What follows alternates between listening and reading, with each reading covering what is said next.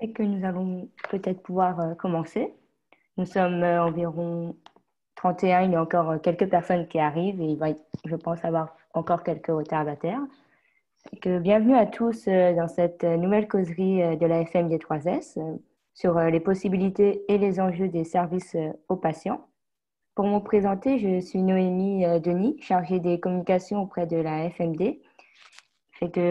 Pour vous introduire un peu sur le point technique pratique de Zoom, on va vous demander de couper si vous ne vous servez pas de votre micro pour éviter toute interférence, tout écho au bruit extérieur pour que la causerie se passe le plus simple possible. Puis, si vous ne souhaitez pas faire apparaître votre caméra, vous pouvez l'éteindre, ou si vous souhaitez apparaître, vous pouvez l'allumer. Mais sachez que cette causerie est enregistrée, sera retransmise également sur notre plateforme YouTube.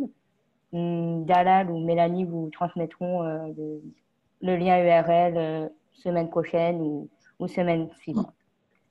Je vais donner la parole à l'équipe de la FMD3S et puis merci à tous de suivre cette causerie. Merci beaucoup, Noémie, pour l'introduction. Merci à vous d'être présents aujourd'hui. C'est la première activité de la FMD3S pour l'année académique 2020-2021. On espère que vous avez eu un bel été reposant, malgré le printemps qu'on a eu tous. On a eu l'occasion de s'en parler au début du mois de juin. Donc, c'est une causerie qui est, selon moi, très importante et très pertinente à avoir parce que le patient partenaire est au cœur de nos préoccupations depuis des années, on le sait. L'importance primordiale, là je vais lire là, carrément, l'importance primordiale de l'éducation et de la participation des patients à la prise de décision éclairée par ces derniers de plus en plus importante et reconnue. Et bien, par conséquent, pour que le patient ait de l'information pertinente, il faut qu'il y ait des centres pour lui donner de l'information pertinente et éclairée. Vulgariser aussi pour qu'il soit capable de la processer, de la comprendre et d'avoir une meilleure idée des décisions qu'il doit prendre pour son cas personnel. Donc, on a l'immense chance d'avoir 4 panélistes avec nous aujourd'hui qui travaillent dans des centres déjà patients ou dans leur institution où il y a déjà un centre patient d'implanter ou qui vont en implanter un.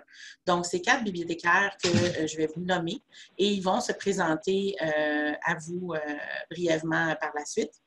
On va, par la suite, je vais modérer un peu les questions. Je vais les poser. Je vais demander à chacun de répondre au meilleur de ses connaissances et de ses expériences de travail sur les questions.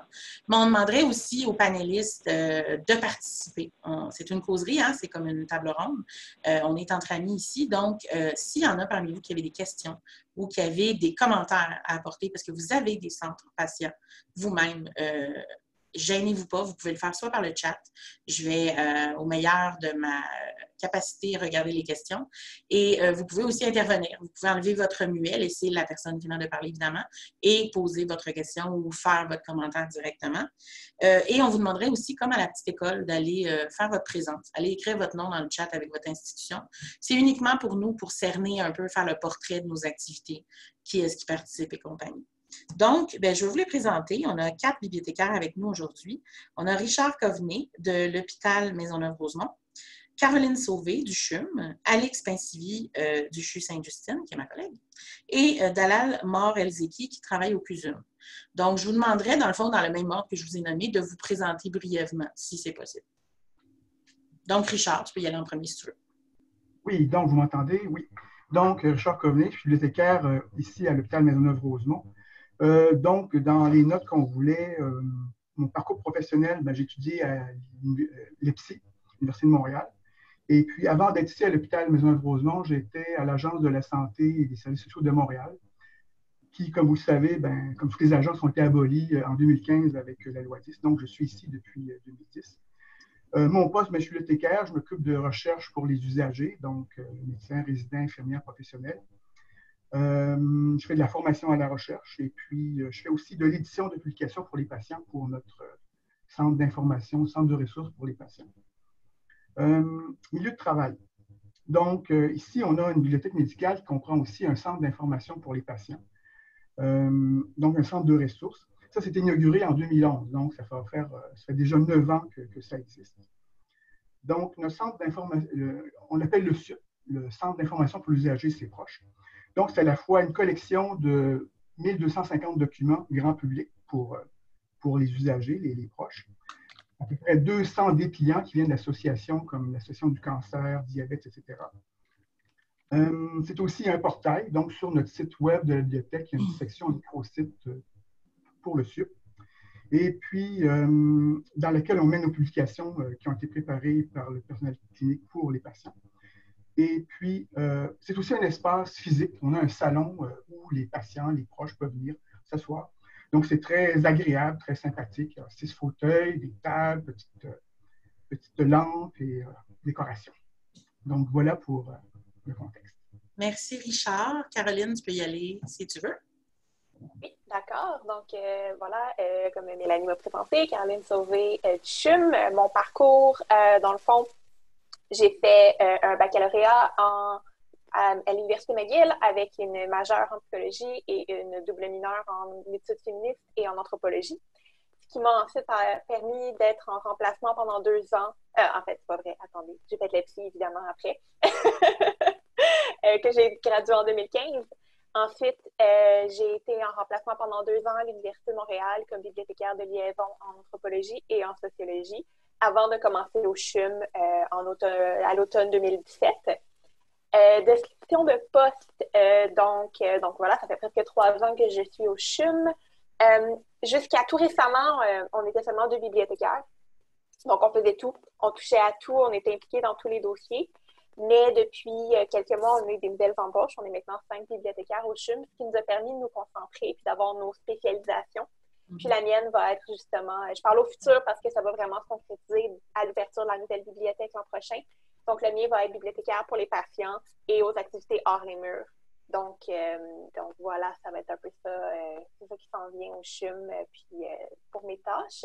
Pour ce qui est du milieu de travail, donc en ce moment, la bibliothèque est encore à Hôtel-Dieu. Il y a encore quelques services du CHUM qui sont à Hôtel-Dieu qui ne sont pas déménagés parce qu'il y avait 3 phases de construction. Peut-être que vous nous avez entendu en parler mais depuis le temps, mais je vais le répéter au besoin. La bibliothèque est à l'endroit où était l'hôpital Saint-Luc. Donc, il a fallu évidemment vider l'hôpital Saint-Luc avant de pouvoir bâtir la 3e phase. On va être au coin René-Lévesque et Saint-Denis. Donc, on anticipe énormément de visiteurs. Et donc, voilà, la nouvelle bibliothèque est prévue pour être déménagée environ autour du mois de juin 2021. Donc, nos services pour les patients ne sont pas encore offerts, mais comme on dit toujours, s'ils nous trouvent, on ne va jamais dire non, on va les aider au mieux de ce qu'on peut faire avec les ressources qu'on a en ce moment. Actuellement, donc, je l'ai prévu, vous n'étiez peut-être pas tous arrivés, mais j'ai prévenu, ça se pourrait qu'il y ait des visiteurs qui apparaissent dans ma caméra parce que pour le moment, on travaille encore à distance à la maison. Ça n'a pas en fait affecté notre offre de service au CHUM parce que, étant donné qu'on était à Hôtel-Dieu, on était déjà décentralisé, on travaillait déjà d'une certaine façon à distance, tout se faisait par courriel ou par téléphone. Donc, ça nous a permis là, de pouvoir continuer à distance plus longtemps pour la pandémie, etc., etc. Donc, voilà pour le CHUM. Merci, Alix.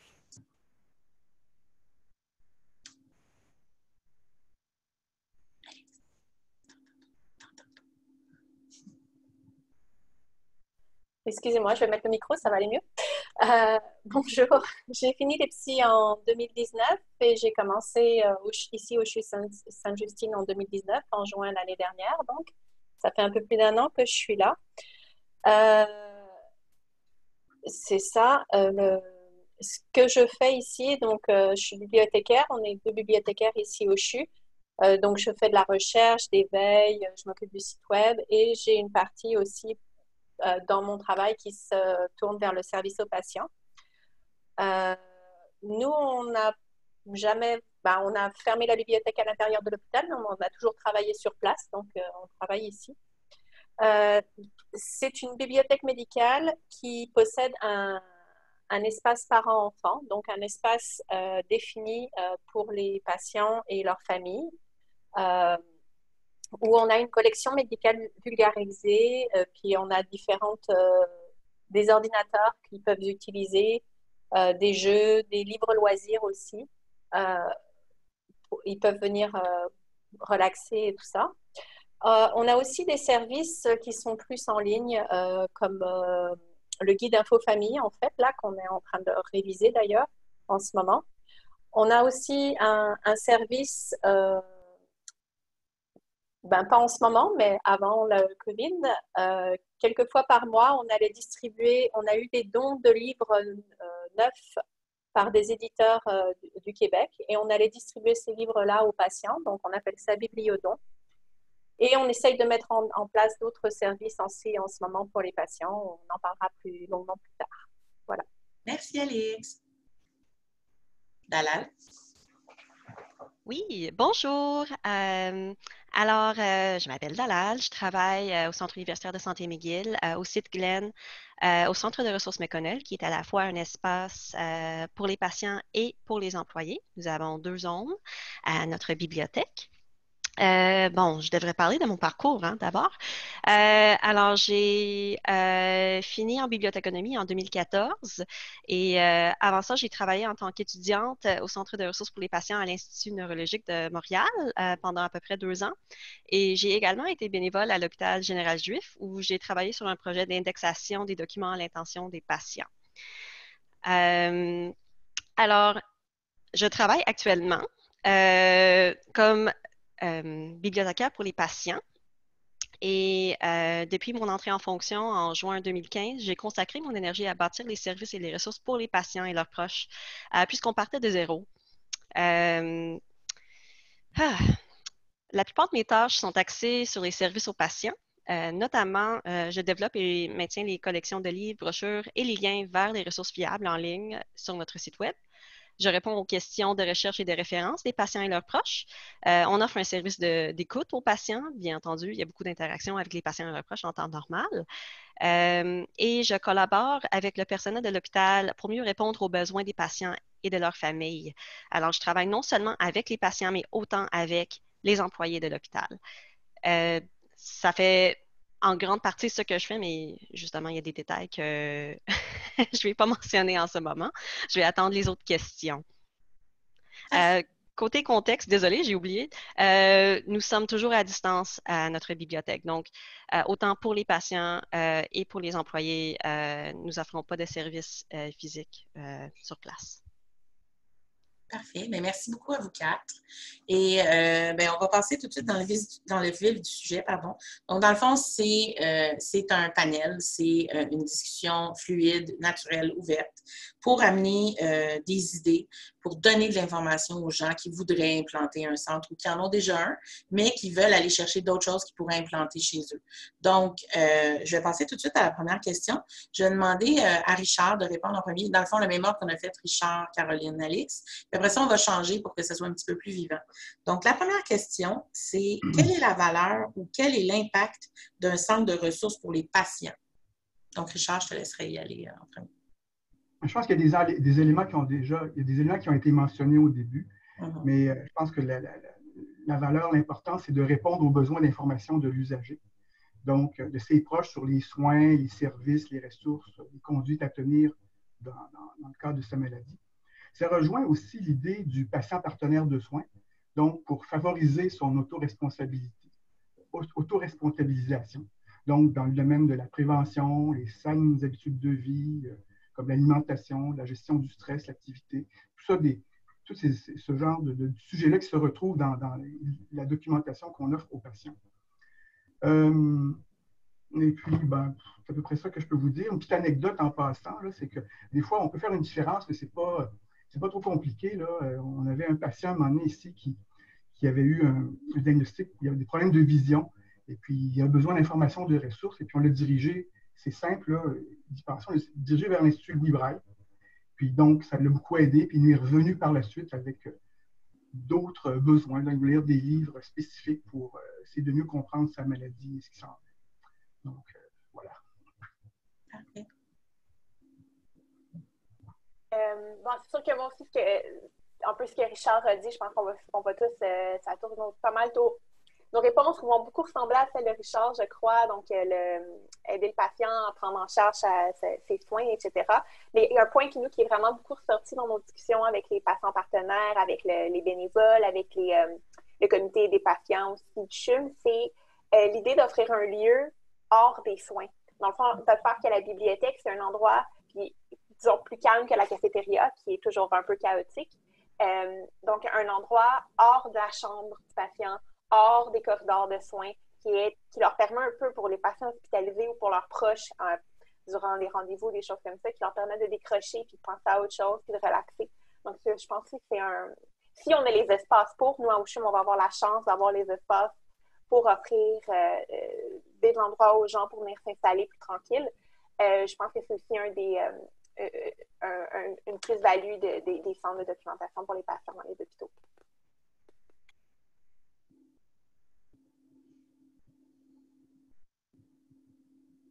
OK, nous, les réponses sont...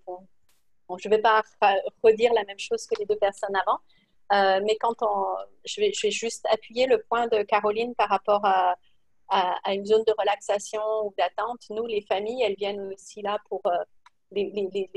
on a des enfants, donc ils viennent un peu jouer, ils viennent un peu lire, ils viennent courir. Nous, c'est un espace qui est complètement fermé, donc ils peuvent faire du bruit quand même ou des choses comme ça. Donc, et même là, maintenant que l'hôpital, il y a très peu de circulation, il y a quand même des familles qui sont suffisamment habituées à venir ici pendant que leur enfant, par exemple, je ne sais pas, a un suivi.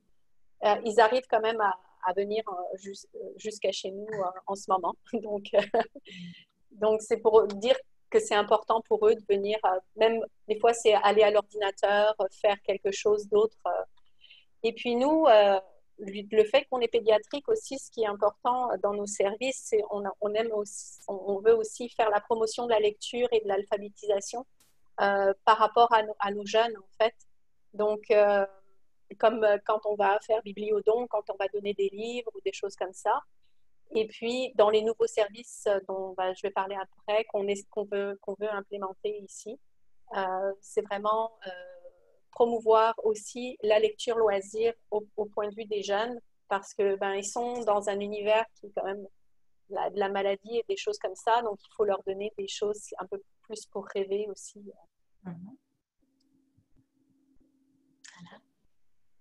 Je voulais juste dire, les réponses des trois autres panélistes m'impressionnent tellement. Ça me rend tellement heureuse d'entendre la même chose que j'ai dans mes pensées. Alors, pour pas répéter trop, je pense que notre rôle est non seulement de soutenir la participation des patients, mais aussi de le promouvoir au sein de nos institutions. Et le fait que nous avons un espace pour le faire et nous avons du personnel qui est dédié à ça est exceptionnel. C'est vraiment quelque chose d'important. On est là pour outiller les patients, pour les aider à renforcer leurs compétences en communication et en prise de décision, c'est sûr et certain. Et on fait partie, en fait, on contribue à l'éducation thérapeutique du patient. Je ne sais pas si tout le monde a déjà entendu parler de ce terme-là. C'est un terme qui est utilisé plus souvent en France. Mais en effet, l'éducation thérapeutique du patient vise à aider les patients à acquérir ou maintenir les compétences dont ils ont besoin pour gérer au mieux leur vie avec une maladie chronique. Donc, ça résonne beaucoup avec ce qui a déjà été dit. C'est sûr que on est là aussi pour cultiver un esprit de curiosité et d'encourager un désir de savoir chez le patient. Donc, on est non seulement là pour donner l'information lorsque c'est demandé, mais aussi de dire, même si on n'a pas la réponse à la question, oui, vous pouvez demander la question à votre médecin. Est-ce que vous avez besoin de préparer des questions? Bon, on peut s'asseoir ensemble, on va co-développer ces questions-là. On est là pour les soutenir dans ça aussi.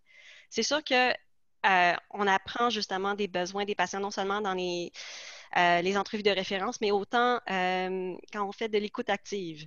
Alors, c'est là où on voit vraiment des besoins et on voit où on peut diriger, référer ou aider les patients. Donc, comme l'exemple que Richard a donné concernant le patient qui était redirigé à l'Institut Nazareth, je pense. Ça, c'est vraiment un bel exemple de ce qu'on peut faire.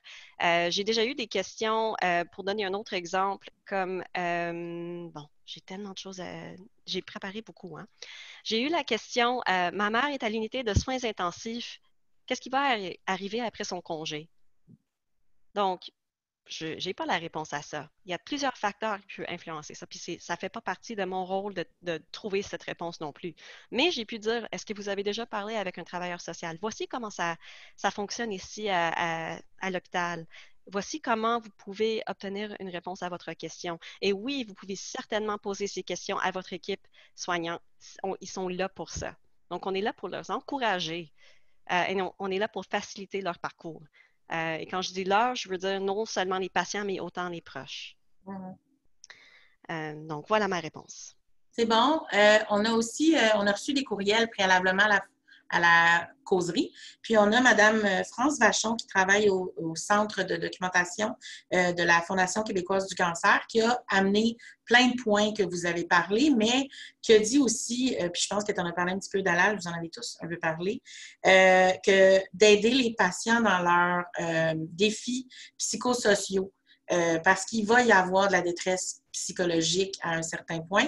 Et on le dit, ce n'est pas nécessairement notre premier rôle. On n'est pas formé pour ça. Mais on est formé pour trouver l'information à leur donner. Donc, les diriger vers les bonnes ressources. Et elle a parlé aussi du soutien important aux intervenants en santé. Parce qu'on parle de centre patient, mais il va y avoir une répercussion aussi au niveau des intervenants, des médecins, des spécialistes, des professionnels. Et sans vouloir empiéter, parce qu'il faut qu'on passe à l'autre question, j'ai quand même une question pour vous et pour les gens qui assistent. Est-ce que vous faites la promotion de ces services-là auprès des équipes médicales pour qu'eux-mêmes les conseillent de venir vous voir après? Parce que je sais bien que si vous êtes là, vous participez, mais est-ce que vous dites aux médecins, aux infirmières, et si vous voyez que les patients ont des questions, envoyez-nous-les. Dites-leur de venir nous voir. Est-ce que vous faites ce genre de promotion-là? Dalal? Oui, je vais répondre à ça. Alors, la réponse est oui, mais ce n'est pas facile. Souvent, il y a des médecins, il y a des infirmières, il y a des professionnels de la santé qui sont vraiment intéressés et interpellés par les services aux patients, par le centre de ressources pour les patients, qui voient vraiment la valeur. Puis il y en a d'autres qui ont soit pas le temps, soit pas l'intérêt. Et alors, il faut choisir un peu il faut choisir à qui parler. C'est sûr que si vous pouvez organiser une formation, une présentation avec les gestionnaires des infirmières à votre institution, c'est génial. Comme ça, ils vont pouvoir disséminer ou diffuser l'information auprès des autres infirmières. Mais ce n'est pas toujours facile de le faire. Je dirais que souvent, en répondant aux besoins des professionnels pour la création du matériel d'éducation des patients ou pour trouver du matériel d'éducation des patients pour un patient, c'est là où notre valeur est vraiment marquante pour eux et c'est à partir de là qu'on peut tisser des liens. C'est là où j'ai eu le plus de succès, mais j'imagine qu'il y a d'autres qui ont eu des situations différentes. Merci beaucoup. Donc, on va passer à nos questions. Puis là, je me rends compte que j'étais très didactique. Dans le fond, je vais demander à Caro de répondre en premier. Excuse-moi, Caroline. Par la suite, ben, allez-y comme vous voulez. Là, vous n'êtes pas obligé de suivre un ordre, mais je vais commencer par toi. Donc, la deuxième question, c'est quelles possibilités offrent les centres de ressources pour les patients, soit en général ou, entre autres, ce que vous voulez implanter? Oui, bon, c'est sûr que là, nous, on est encore énormément à la phase, on rêve beaucoup, on verra une fois sur le terrain ce qui est possible de faire. Je me suis mis des exemples, là, donc je vais y aller, il n'y a pas d'organisation logique dans ce que je vais vous dire. Là. On va, entre autres, même si on a un centre pour adultes, on va avoir une section pour les enfants. Parce qu'il y a des familles, il y a des gens qui viennent avec leurs enfants à leur rendez-vous. Donc, on veut développer une collection, petite collection documentaire pour les enfants. On va avoir des jouets, ils vont avoir des beanbags. Donc, ils vont vraiment avoir leur petit coin à eux. Puis, lors d'une discussion récemment avec notre chef, on a eu l'idée de peut-être organiser des heures du compte avec les enfants du CPE, du CHUM. Donc, d'une certaine façon, aller se chercher de la clientèle parce que les enfants du CPE, du CHUM, ce sont des enfants du personnel du CHUM. Donc, aller peut-être se faire valoir de cette façon-là, détourner tout en évidemment offrant un service qui est apprécié, c'est-à-dire l'heure du compte. Aussi, on a peut-être une petite vision utopique, mais il y a des études qui ont prouvé que surtout pour les personnes âgées, puis on ne se cachera pas que la population d'un centre hospitalier pour adultes, c'est majoritairement des personnes âgées, ou en très grande partie. De voir des enfants, ça peut aider pour l'humeur. Donc, on s'est mis un peu à imaginer d'avoir les enfants qui viennent à la bibliothèque pour l'heure du compte, alors qu'il y a des gens qui sont là pour s'informer. Ça met un petit peu de lumière, on peut imaginer. Parce que moi, personnellement, quand je les vois prendre leur marche à travers le centre de recherche avec leur petit manteau et tout, ça me fait sourire. Sinon, pour les services à distance, qu'on a dû réfléchir particulièrement rapidement avec tout ce qui se passe en ce moment, on avait déjà commencé à développer une collection numérique. On est allé pour Camtook, qui est la plateforme qui est en arrière de prêtnumérique.ca. Donc, on voulait vraiment y aller dans une continuation de ce qui se fait en bibliothèque publique, puis à la grande bibliothèque pour que les gens qui sont déjà familiers avec les livres numériques puissent les emprunter de façon plus facile. Là, on est en train de travailler avec... parce qu'on est avec Coor, on est avec Santécom, donc on travaille avec l'INSPQ et avec InLibro pour faire l'intégration de nos livres électroniques dans notre catalogue. On a aussi l'idée de faire un portail web, donc un site web en parallèle de notre site web pour les professionnels, mais pour les patients. Mais tout ce qui est pour le développement web en ce moment, on est un peu sur pause parce que le CHUM est en refonte de son site web. Donc, on ne veut rien développer pour se faire dire « Ah, ben le visuel a changé finalement ». Même chose aussi, on avait eu une idée de faire un service de clavardage directement sur le site web pour poser des questions. Ça aussi, ça a été mis en suspens. Côté partenariat, on est allé parler avec le service des bénévoles. On a rencontré, entre autres, le technicien en animation du CHUM, qui était très, très, très emballé à l'idée d'avoir des beaux lieux comme une bibliothèque, parce qu'un des gros problèmes qu'ils rencontrent, c'est qu'ils veulent organiser des activités, mais ils ne peuvent pas vraiment faire ça sur les étages parce qu'il y a des considérations sanitaires. En fait, l'étage le plus permissif, c'est la psychiatrie, mais ce n'est pas nécessairement la clientèle la plus encline à faire des activités de nutrition ou d'art-thérapie ou des choses comme ça. Donc, l'idée de pouvoir organiser ça à la bibliothèque était très bien reçue. Sinon, on va aussi évidemment travailler avec Biblio-aidant. Donc, on va beaucoup développer notre collection autour des recommandations de biblio-aidants, vraiment promouvoir les carnets de biblio-aidants. Ensuite, à l'interne, on discute beaucoup avec l'équipe de la promotion de la santé. Donc, tout ce qui est littératie, autant littératie en santé que littératie point. On est en train d'intégrer les fiches santé du CHUM, donc tout ce qui est des informations sur les maladies ou comment se préparer à une chirurgie, comment arrêter de fumer, des choses comme ça. On est en train de les intégrer dans notre catalogue pour qu'il y ait vraiment un point d'entrée pour les informations au CHUM. On va aussi travailler avec eux quand on va rédiger notre documentation pour les patients, pour qu'ils la révisent et qu'ils adaptent le vocabulaire, parce qu'on se connaît, les bibliothécaires, et notre jargon professionnel qui est très clair pour nous, mais qui n'est pas toujours clair pour la population. Donc, ils vont travailler avec nous pour pouvoir s'assurer que nos documents sont compréhensibles pour tout le monde. Puis, de notre côté aussi, on va être un peu un tremplin pour eux pour promouvoir les services de patients partenaires et recruter les nouveaux patients partenaires aussi. Donc, ça va vraiment être donnant-donnant. Puis, finalement, pour les espaces, j'ai déjà parlé de l'espace pour les enfants. On va avoir un Fab Lab avec une imprimante 3D. Le nom n'a pas encore été décidé pour le Fab Lab, donc on va l'appeler juste Fab Lab pour le moment. Puis aussi, un point sur lequel on insistait beaucoup à l'intérieur de nous-mêmes, en fait, on était tous d'accord, c'est qu'il n'y a pas de zone assignée pour les patients à la bibliothèque. Oui, leur documentation, le comptoir de référence va être dans une certaine zone pour faciliter la recherche, mais ils vont pouvoir aller s'installer partout. Tous les espaces de travail, d'études, les tables, les chaises vont être ouverts à tous. Il n'y aura pas de zone patients, résidents, médecins, etc. Donc, c'est vraiment, on voulait un peu démocratiser l'espace puis s'assurer que tout le monde se sentait à sa place, peu importe son statut au sein de la communauté du CHUM. Donc, c'est un peu ça pour les quelques exemples des possibilités qui étaient offertes. Évidemment, tout est encore théorique de notre côté. Parfait. Dalal, ou allez-y comme vous voulez. Bon, je peux aller. C'est sûr que Caroline a pas mal fait le tour des services, donc non, c'est très bien, c'est très bien. J'ai moins besoin de parler.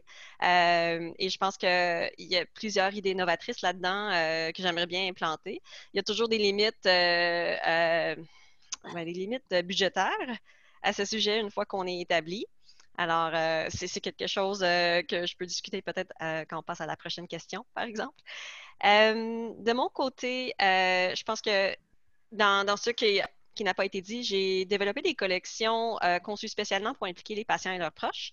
J'ai en fait demandé du financement de notre comité des usagers. J'ai collaboré avec eux afin de développer une collection qui s'appelle Participation des patients. Et j'ai aussi développé une collection proche aidants qui a été développée en collaboration avec les Amis du CUSUM, qui est un regroupement de bénévoles qui comprend des proches aidants et des patients.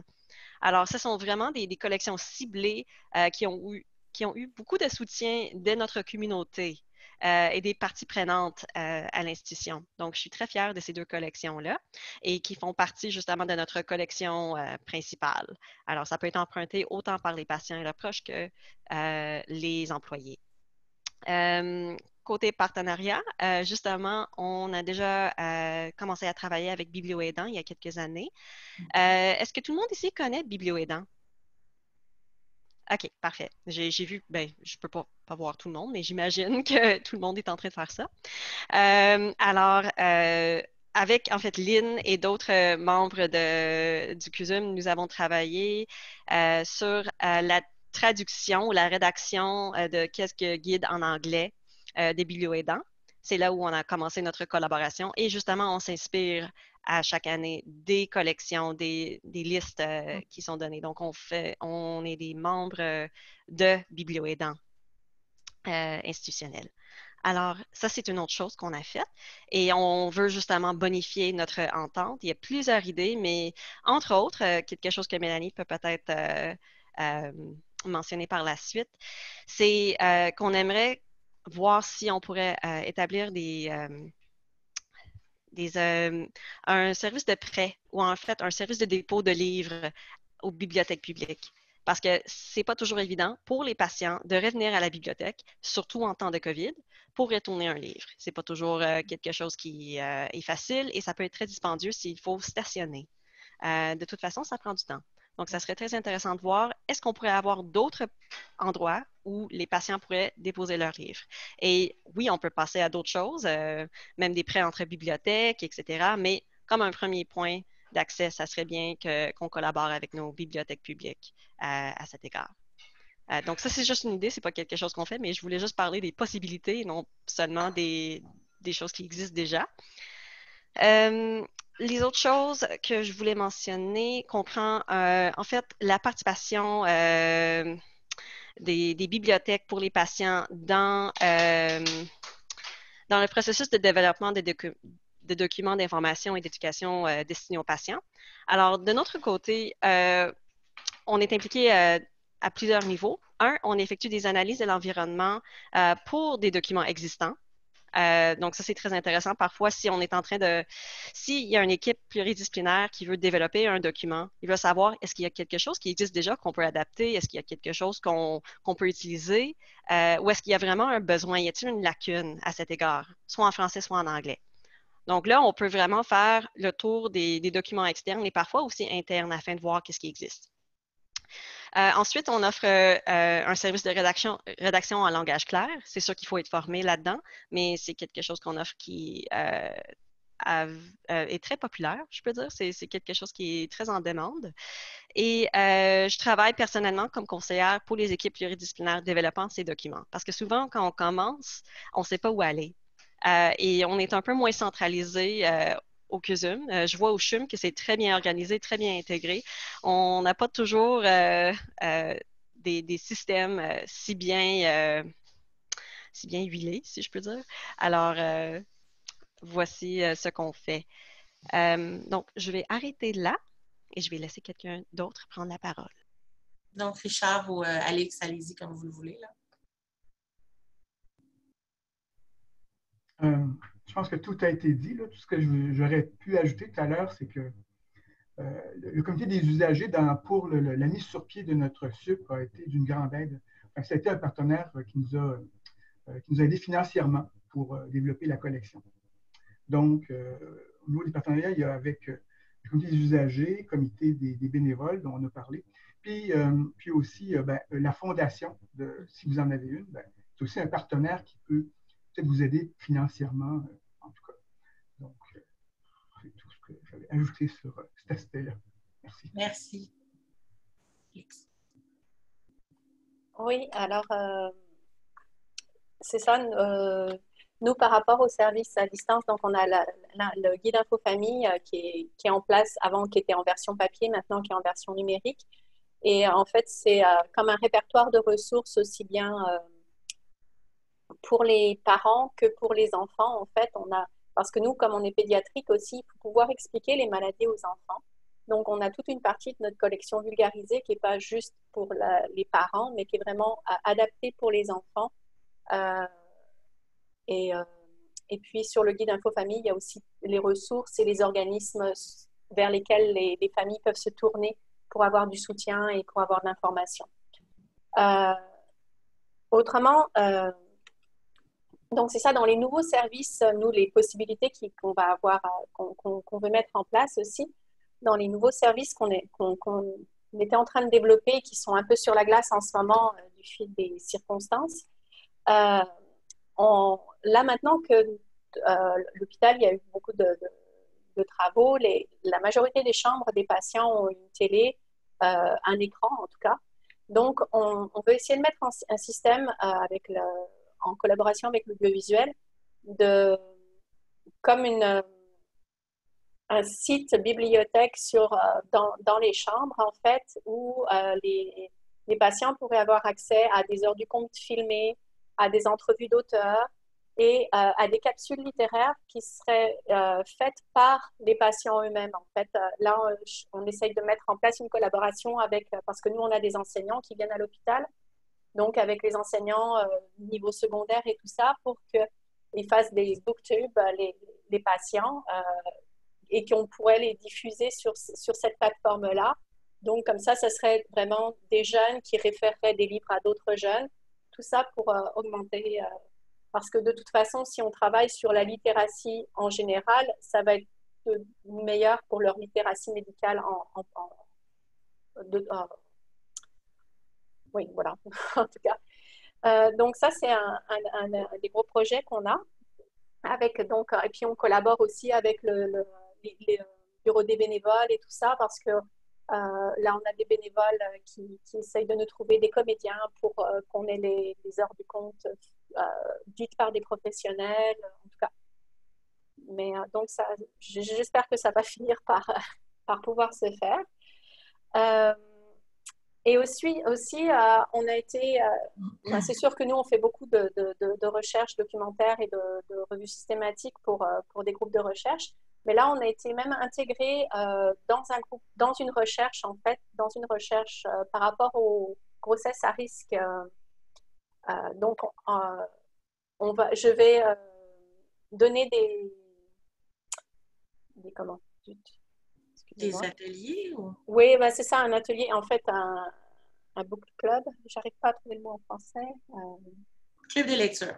Un club de lecture, donc pour les femmes hospitalisées en garde. En fait, ça fait partie de tout un ensemble. Donc, il y a la bibliothèque qui participe, il y a des cours de relaxation, il y a des cours d'information par différents départements qui vont être donnés aux femmes enceintes aussi. Il y a des choses en nutrition. Il y a plein de choses comme ça. Parce que c'est quand même assez stressant comme environnement. Et en fait, c'est tout pour les aider à mentalement passer ce cap qui peut être extrêmement stressant. Et puis, donc, il y a des façons comme la bibliothèque, c'est plus dans la détente, la communication entre les femmes aussi d'une autre façon, parce que maintenant qu'elles ont toutes des chambres individuelles, elles sont très isolées en fait. Donc, pour la santé mentale en fait de nos patientes en fait. Donc c'est vraiment chouette d'être intégré comme ça dans des projets de recherche. Et je pense qu'il y a moyen de pouvoir aller aussi travailler, je sais, ben là, c'est pas du tout moi, mais je sais que en, en Alberta, je pense, il y a des hôpitaux qui ont intégré une naissance à un livre dans les départements de néonatologie ou des choses comme ça. Donc, je trouve que c'est des choses vraiment intéressantes. Et puis, c'est ça. Donc, et puis, avec le département des grossesses à risque, on a aussi une collaboration avec les bibliothèques de Montréal. Donc, on a 2 cartes qui permettent aux patients, qui peuvent être empruntées par les patients, parce que nous, on a des patients qui peuvent venir de très, très loin, donc qui n'ont pas forcément accès au réseau des bibliothèques de Montréal. Donc là, ça leur permet d'avoir accès aux prêts numériques des bibliothèques de Montréal. Donc voilà. Puis avec la bibliothèque Côte-des-Neiges, on voulait aussi faire une collaboration pour avoir des heures du compte sur les départements, en fait. Mais bon, pour l'instant, tout ça, il y a beaucoup de choses qui sont en attente à cause de la situation. Donc, je vais peut-être rajouter juste une chose par rapport à ce que tu disais. On avait un autre service avant, avec justement en collaboration avec la bibliothèque Côte-des-Neiges, où on mettait leur collection en valeur parce que eux, ils trouvaient que, bon, de façon très cliché, « Oh, les jeunes, ça lit plus, c'est juste sur leur cossin électronique. » Puis ils trouvaient que leur collection ne sortait pas. Puis, ils nous ont proposé de nous prêter leurs livres et ils nous envoyaient des livres à tous les 3 mois. Et nous, on avait un bénévole qui venait nous voir et qui partait avec un chariot et qui allait prêter les livres dans les chambres, que ce soit pour les femmes enceintes ou les enfants. Ce projet-là a été arrêté à cause de la prévention des infections, pour toutes sortes de raisons, bien avant que la COVID s'installe. Donc, peut-être, sans vouloir être pessimiste, si vous avez des projets que vous voulez développer avec les patients, et ça implique que vous entrez dans les chambres. Informez-vous auprès, si vous êtes dans un centre hospitalier, auprès de la prévention des infections pour vous assurer que vous n'allez pas avoir beaucoup d'espoir et ça va être un super beau projet, ça va faire plaisir à tout le monde et ça va faire chou blanc parce que ça ne sera pas accepté par l'institution. Donc, il vaut mieux prévenir que guérir et vous informer pour savoir si c'est quelque chose qui est possible. Je vais terminer après. Mais j'ai une dernière intervention justement de France qui disait, France toujours de la Fédération québécoise du cancer, qui parlait de services de prêt par la poste gratuit. Tu avais parlé un petit peu, Alix. Je sais qu'elle, là-bas, et ça existe ailleurs, les personnes peuvent envoyer des livres et dans l'enveloppe, mettre une enveloppe préadressée pour que le retour se fasse rapidement. Est-ce qu'il y en a parmi vous qui utilisez déjà cette façon-là? Oui, c'est France d'Amour, pas France d'Amour, France Vachon, pas la chanteuse, qui elle-même, lorsque je l'ai consultée au début de la création de mon centre d'information, parce que ma clientèle est diversifiée et est répartie à travers le Québec. C'est un centre d'information en cancer pédiatrique qui dessert l'ensemble des familles touchées à travers le Québec. Donc, ma façon que j'ai trouvée, c'est celle qu'employait déjà France. C'est le Library Shipping Tools, l'outil d'expédition aux bibliothèques de Poste de Canada, qui permet à des coûts vraiment très bas, $1, $2, d'envoyer par enveloppe préaffranchie, donc affranchi d'abord sur place par votre système, votre service postal, et préaffranchi, donc mettre une enveloppe de retour qui permet donc à l'usager de retourner le livre emprunté où que ce soit au Québec. Et j'ai jamais dépassé un coût plus grand que $2 pour un livre envoyé très loin à l'extérieur. Et ce service-là, moi, m'a rendu de très grands services. J'ai pu toucher des gens qui ne viennent pas à Sainte-Justine parce qu'ils sont desservis par un autre hôpital au Québec en cancer pédiatrique. Et j'ai eu un taux de perte extrêmement bas au-delà de sur mes 12 ans d'expérience. Donc, c'est un système que je conseille pour l'avoir testé. Merci beaucoup. Donc, on va passer à la 3e question. Là, je te dirais, Alix, tu peux y aller en premier. Quels sont les défis particuliers d'un centre de ressources pour les patients ou des bibliothèques avec des visions partagées? Et c'est notre cas à nous, qui ont une clientèle médicale à la fois et clientèle patient. Donc, allez-y gaiement. Donc, tu m'as dit de commencer. Je vais essayer de faire de mon mieux. Donc, c'est ça. Par exemple, pour le développement de collection, c'est sûr que vous avez sûrement tous la même chose. Les budgets n'augmentent pas. Les coûts pour les revues augmentent.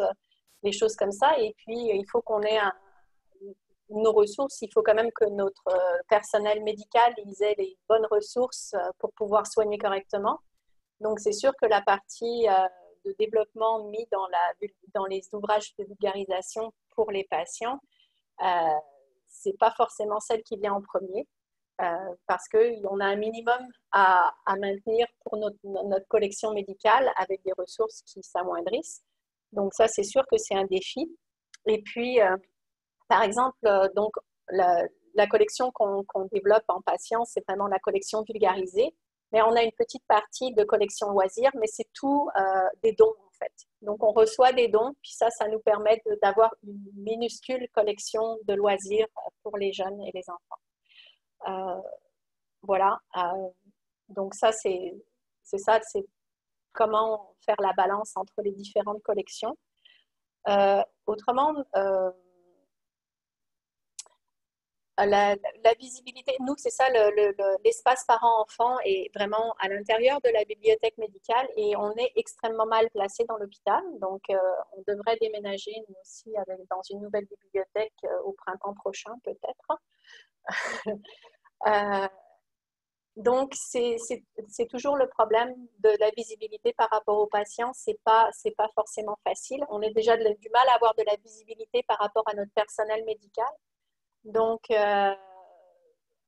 après, on a une autre bibliothèque au CRME. Donc là, on est plus proche de la clientèle patient parce que les intervenants, ils travaillent beaucoup aussi avec notre matériel. Donc, en fait, le fait qu'on soit visible ou qu'on reçoive, ça dépend aussi beaucoup du personnel. Donc, je pense que Dalal en avait parlé tout à l'heure. Donc, vraiment, si on a un personnel qui travaille avec nous, ben, on va avoir plus de patients aussi qui vont être amenés à venir. Donc, il y a vraiment c'est vraiment un défi aussi de pouvoir promouvoir nos services patients au personnel, en fait. Voilà, je pense que ça... Je vais laisser des choses à dire aux autres. Allez-y comme vous le sentez, Dalal, par exemple. Oui, je vais aller, mais je vais aller rapidement parce que je vois qu'il est déjà 2h20. Alors, je suis complètement d'accord avec ce qu'Alix a dit. Je vais juste rajouter que c'est pas toujours facile quand on est dans des situations où des bibliothèques partagent l'espace. Si jamais vous avez des zones ou même pas de zones, il y a des enjeux potentiels de confidentialité, de visibilité et de confort des usagers. On est dans une situation où on a dû séparer les espaces ou l'espace en deux, tout simplement puisque les employés accédaient aux dossiers confidentiels des patients dans une zone de la bibliothèque et on pouvait pas dire aux patients, ben, vous pouvez aller juste à côté, il n'y a pas de souci.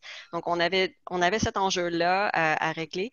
L'autre chose qu'on a remarqué tout de suite, c'était que sans avoir une zone accueillante et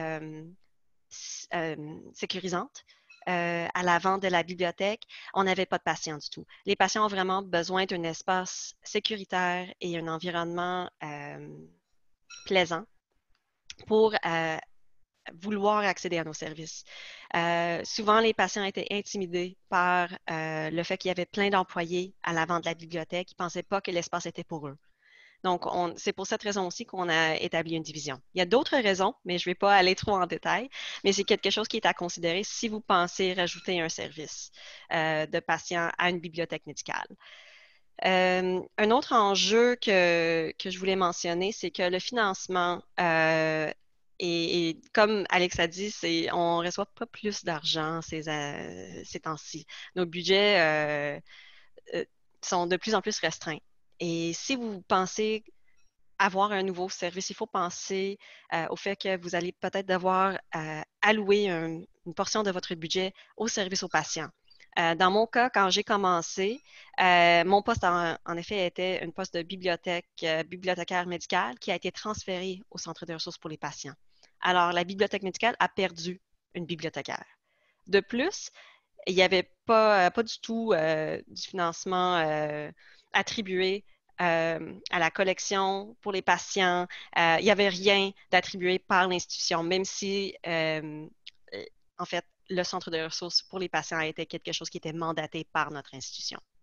On a dû diviser le budget un peu plus puis prendre un peu plus de la bibliothèque médicale. Donc, ça, c'est une autre considération. C'est pour ça aussi que je fais recours à la fondation de notre hôpital ainsi que le comité des usagers pour des projets spéciaux. Je vais arrêter là. Merci. Je peux y aller. En fait, d'entendre Dalal parler, c'est comme si elle prenait les mots de la bouche parce que c'est exactement la même chose au CHUM. Le projet de bibliothèque pour les patients n'est pas financé. Il n'y a pas de budget qui a été débloqué pour ça, donc ça doit sortir entièrement du budget de la bibliothèque.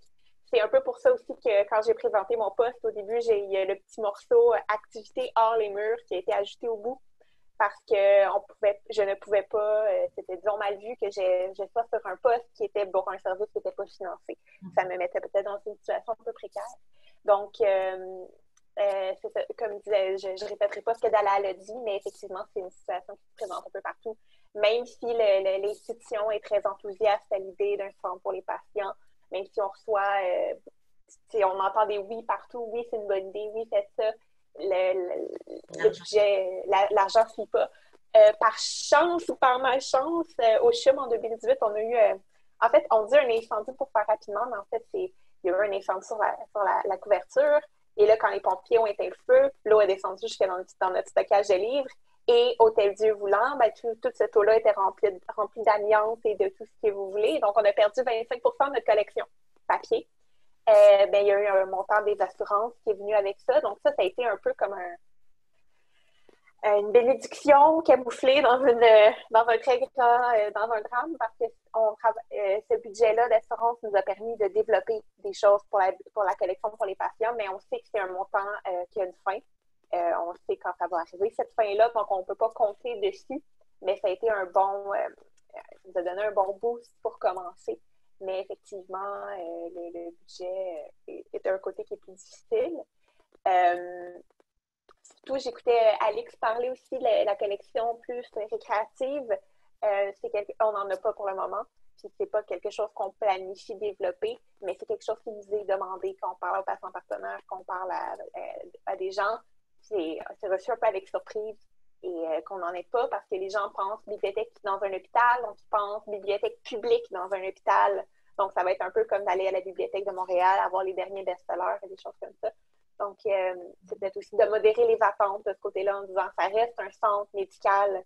Donc, c'est un centre d'information médicale. En plus, nous, de notre emplacement, on est à 2 coins de rue de la grande bibliothèque. Donc, on ne peut même pas commencer à imaginer rivaliser comme pour une collection récréative. Donc, je pense que c'est ça. Je pense que le mot-clé, c'est modérer les attentes d'un peu tout le monde, autant de notre côté que du côté de l'institution et des usagers. D'accord avec tout ce qui a été dit. Tout ce que je rajouterais, je réitérerais, c'est que dans les défis, c'est l'accessibilité. Alors, comme la bibliothèque est située dans un pavillon qui est loin des services, donc la visibilité et l'accessibilité, c'est difficile à la fois pour les patients, mais aussi pour le personnel, parce qu'on n'est pas vraiment à proximité. Un autre défi aussi, dans un contexte où on a toujours besoin d'espace, les services augmentent, c'est d'obtenir ou de maintenir l'espace, non seulement pour la bibliothèque, mais pour les patients aussi. Donc ça, c'est un enjeu important. Et puis, juste pour ajouter sur le contenu de la bibliothèque pour les patients, notre collection, c'est sûr, c'est médical. Puis, il y a des patients qui viennent nous voir qui aimeraient avoir des bandes dessinées, puis des romans, des choses comme ça. C'est sûr que ça ne fait pas partie de notre collection, des choses qu'on va acheter, mais une façon qu'on a trouvé de contourner un peu ça, d'offrir de la variété, c'est de mettre sur pied un croque-livre. Donc, on reçoit des dons du personnel, des employés, puis dans la bibliothèque, on a cette collection-là diversifiée, étrange, de romans de toutes sortes. Naturellement, ce n'est pas des best-sellers, les nouveautés de la bibliothèque publique, mais ça peut quand même répondre à un besoin ponctuel. Alors, voilà. Merci beaucoup, Richard. L'idée du croque-livre, c'est super bon. Nous autres aussi, on l'a au CRME. Je pense qu'Alix veut parler, excuse-moi. Oui, juste par rapport à ça, les livres loisirs, pour le département Gare, par exemple, il y a des femmes enceintes qui ont été là, qui ont donné des livres et tout ça. Donc, nous, on a une technicienne qui va passer, qui révise la liste des livres. Mais dans les départements eux-mêmes, ils peuvent aussi avoir une petite bibliothèque loisir. Donc, ça, c'est des choses qui sont... Et c'est pas forcément... Nous, on fait juste la liste, on gère pas ça, mais ça peut être aussi des choses à suggérer s'il y a des départements qui demandent des choses comme ça. Merci. Donc, pour aller plus vite, il nous reste peu de temps. Je vais jumeler les deux dernières questions qui, je trouve, peuvent aller très bien ensemble. Donc, est-ce que vous avez des suggestions pour ceux qui considèrent l'implantation d'un service? Je pense que vous en avez amené des tonnes. Merci énormément. Et couplé à ça, est-ce que vous avez des ressources dans vos milieux qui pourraient être partagées aux autres? Que ce soit, par exemple, un service de PEB entre bibliothèques patients, des trucs comme ça. Donc, avez-vous des suggestions pour ceux qui veulent le faire? Et est-ce que vous avez des ressources en place qui pourraient être partagées? Et là, je nomme personne, allez-y comme vous voulez. Je peux aller d'abord. Je voulais dire pour ceux qui considèrent l'implantation d'un service aux patients, il faut vraiment non seulement assurer qu'il y a un budget, comme on a mentionné, qu'il y a du buy-in, comme on dit. Il faut vraiment assurer que les parties prenantes critiques sont consultées et savent exactement ce que vous allez fournir. Parce qu'il faut vraiment, comme Caroline a dit, modérer les attentes, non seulement des usagers, mais des parties prenantes qui vont vous financer, qui vont vous soutenir et qui vont vous aider avec la visibilité. Donc ça, c'est la première chose. Il faut s'assurer aussi que l'institution, en général, soutient votre initiative. Si vous pensez implanter quelque chose, il faut s'assurer qu'ils vont penser à long terme. Pour que vos services, vos programmes soient durables. Et ça, c'est l'autre chose. Il faut demeurer réaliste. C'est sûr et certain qu'on ne peut pas faire tout. Et parfois, on entend, comme j'entends plein d'idées ici, puis je dis, ah, c'est génial! Mais en même temps, je sais qu'il y a des limites à ce que je peux faire. Je suis qu'une personne et je dois être réaliste au point avec ce que je peux accomplir dans les limites de mon poste à temps plein. La dernière chose concernant le partage des ressources, je pense une chose que je voulais proposer, ça serait en fait, rajouter une section, une page web sur le répertoire de partage des ressources de la CT3S avec des ressources pour les patients. Pas nécessairement des ressources pour les patients, mais des ressources pour ceux qui travaillent dans les services aux patients. C'est-à-dire, si vous décidez que vous allez offrir un service de télécopie et vous cherchez un gabarit pour la page de couverture, pas de problème, moi j'en ai un, je peux vous partager ça. Vous n'avez pas besoin de, comme on dit en anglais, réinventer la roue pour ces éléments de base. On pourrait aussi partager nos procédures, nos politiques.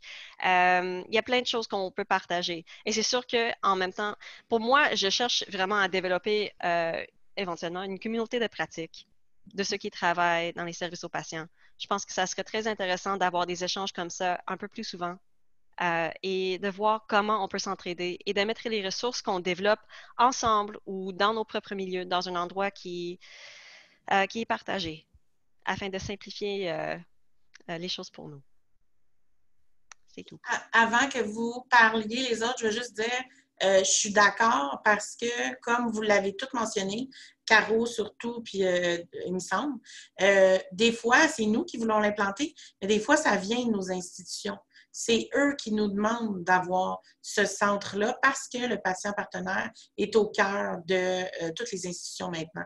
Donc, d'avoir une source ou un pote d'informations qui existe déjà, c'est de l'or en barre, là. Ça serait vraiment génial. Donc, c'était mon intervention. Continue. Est-ce que quelqu'un d'autre veut amener quelque chose? Moi, peut-être que je rajouterais ce que Dalal a déjà dit, c'est aller vous chercher des alliés dans d'autres départements, dans d'autres institutions. Nous, la promotion de la santé nous a énormément aidés, mais vous avez souvent des usagers avec qui vous travaillez plus souvent que d'autres, des départements avec qui on a des meilleures relations, qui sont des meilleurs utilisateurs. Donc, c'est d'un peu d'aller parce que vous allez, en tout cas, c'est comme ça au CHUM, ça doit être comme ça un peu partout, c'est toujours plus entendu quand ça vient pas de nous. Donc, allez vous chercher des gens qui vont vous appuyer dans le besoin de développer ces services-là. Ça peut aider énormément. Moi, je voulais dire aussi, si vous voulez développer un nouveau service, allez-y par étapes. Vraiment, regardez si la première étape fonctionne avec l'environnement, avec les gestionnaires, avec tout ça. Puis après, c'est ça, construisez-vous, comme Caroline a dit, une communauté ailleurs que juste à la bibliothèque qui va pousser pour aller à la prochaine étape et tout ça. Il ne faut pas essayer d'aller trop vite ou dire d'avoir une idée grande. Il faut vraiment y aller petit pas à petit pas. C'est-à-dire que, par exemple, pour les heures du conte filmé, ben, avant de pouvoir le faire, nous, on a choisi ici des livres qu'on avait, puis on a demandé toutes les autorisations. Donc là, on est baqué, on a toutes les autorisations, on peut aller plus loin. Donc, une étape par une étape.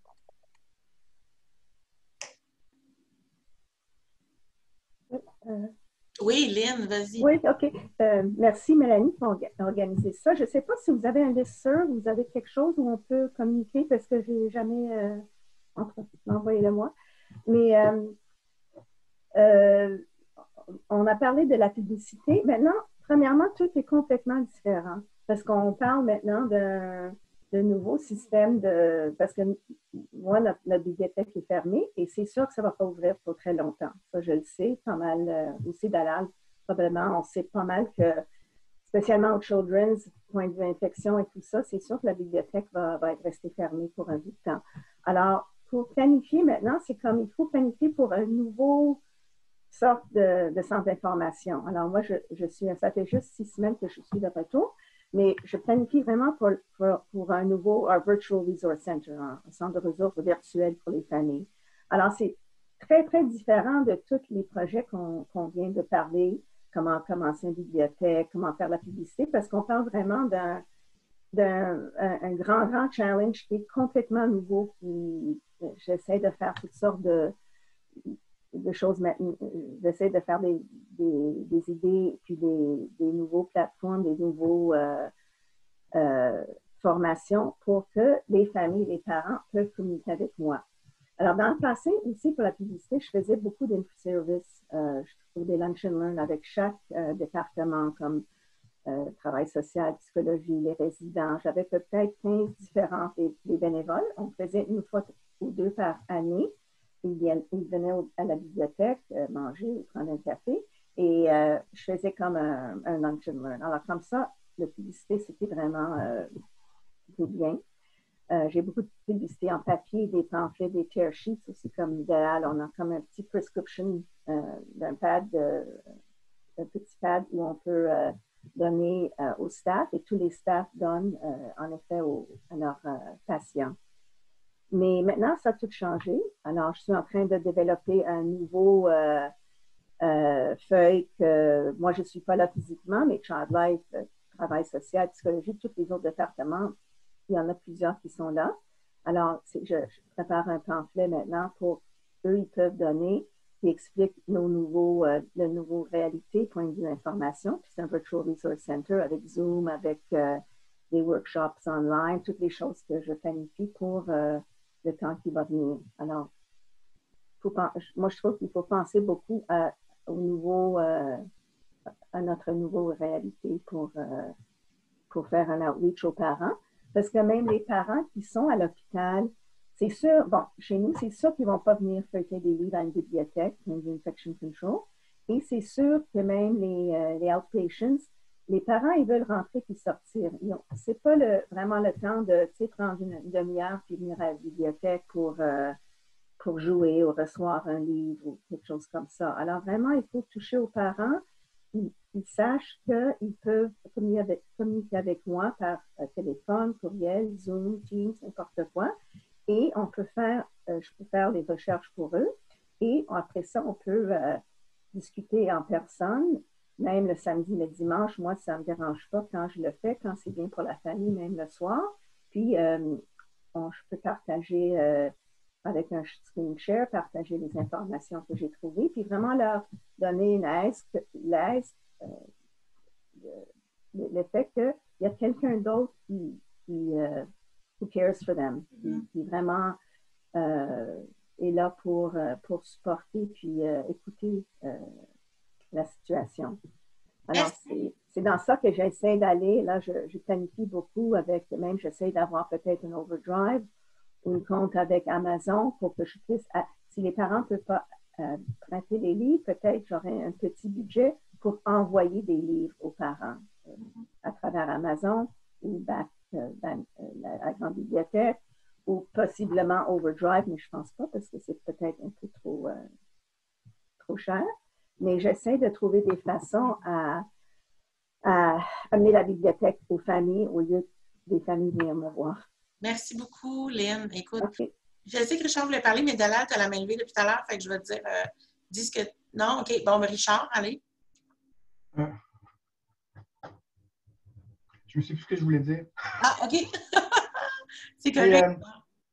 Par rapport au service en mode virtuel, je suis d'accord que dans le contexte, il faut se diriger vers ça, mais j'ai remarqué, moi, que les patients, les usagers qui venaient à la bibliothèque, ils voulaient un contact. Fait que ça, je trouve que c'est difficile dans le contexte actuel parce qu'il y a des patients qui venaient ici, puis il y a des cas de solitude, ils venaient pour, une fois qu'ils étaient à l'aise ici, ils passaient beaucoup de temps, puis c'est un autre côté, là, une autre affaire, on devenait leurs amis, ils nous racontaient plein de choses, mais le contact en personne aussi est très important. Alors, avec les patients, c'est un gros défi, là, les usagers, les proches, de faire ça de façon virtuelle, je trouve. Là. En tout cas, j'ai hâte d'être plus au courant là, des différentes pratiques là, dans ce secteur-là. Merci beaucoup, Dalal. Merci. Très rapidement, je pense que Lynn et Richard, tous les deux, mentionnent des défis très importants dans notre service actuel. Honnêtement, il y a plusieurs moyens de trouver des solutions, mais ça ne va jamais être une solution parfaite qu'on va pouvoir construire. Je pense que le développement de plus de ressources virtuelles est quelque chose qui est très important, mais pas nécessairement évident. Je suis aussi en train d'évaluer la possibilité d'intégrer des livres numériques. Par contre, puisque la plupart de nos usagers sont des adultes, même des personnes âgées, qui ont souvent moins d'accès à l'Internet et aussi moins d'habileté avec la technologie, il y a des enjeux là aussi. On ne sait pas si ça va apporter beaucoup de valeur à nos usagers. Ça ne veut pas dire qu'on ne va pas essayer, mais on doit trouver du financement pour ça, puis on doit aussi trouver un moyen encore durable à continuer à offrir ce service. Alors, c'est quelque chose qui prend beaucoup de temps, puis on n'est pas nécessairement dans une situation où nous avons beaucoup de temps. Alors, ça, c'est la première chose. La deuxième chose que je voulais mentionner, c'est que depuis le début de la COVID-19, je travaille de plus en plus avec les employés de l'hôpital. J'ai déjà eu je pense, 3 ou 4 demandes pour la rédaction en langage clair sur les documents concernant la COVID-19. Et là, j'ai pu vraiment tisser des liens avec les employés pour dire, on apporte beaucoup de valeur maintenant. On est là, on est important, on est impliqué.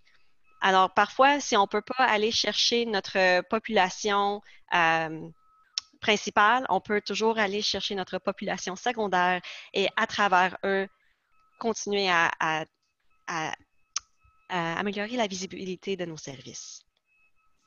Parfait. Bien, on va arrêter ça là parce qu'il nous reste à peu près 5 minutes. Mais j'allais dire, la période de questions, on va peut-être la sauter, mais je pense que les gens ont participé. Les gens ont posé les questions qu'ils avaient à poser durant l'activité. Je vous inviterai par contre à nous écrire si vous avez des questions qui sont restées en suspens, si vous avez des questions pour les panélistes ou si vous avez des suggestions à faire, à nous écrire à Dalal ou à moi et on va pouvoir les faire suivre. Vous allez les écrire sur RQBS directement. Donc, on va pouvoir les lire comme ça. Et je tenais, en terminant, à vous remercier les 4 panélistes. Merci beaucoup d'avoir participé, de vous être portés participants à cette activité-là. J'en ai appris énormément. Je suis vraiment super heureuse d'avoir pu participer à ça. Et j'aimerais remercier aussi Noémie de nous avoir soutenus techniquement durant l'activité pour la FMD. Merci beaucoup de nous prêter la plateforme aussi. Et je pense que Dalal a un petit mot aussi de la fin à faire, donc je vais te laisser. Désolée, j'ai toujours des choses à dire. Merci à toutes et à tous d'être venus. Merci beaucoup à nos panélistes aussi. Je voulais tout simplement mentionner, si vous avez des ressources que vous aimeriez partager, n'hésitez pas à me les envoyer aussi. Je vais voir si je peux créer un répertoire. Et si vous avez des questions, n'hésitez pas aussi. Mais surtout, les ressources, je pense qu'on peut se soutenir. Et si jamais il y a un intérêt aussi pour d'avoir une espèce de communauté de pratique ou de se rencontrer 1 ou 2 fois par année afin de discuter de ces thèmes-là, n'hésitez pas à nous dire. C'est ça qu'on veut établir. En tout cas, c'est ça que moi, je veux établir. Merci beaucoup. Merci beaucoup, puis à la prochaine. Et si je veux être complètement shameless, je vous inviterai à vous inscrire à l'Assemblée générale annuelle qui va avoir lieu de la FMD3S, qui va avoir lieu le 30 septembre à midi. Donc, on vous attend en grand nombre là aussi. Et sinon, on vous voit à la prochaine activité. Merci beaucoup. Bonne journée.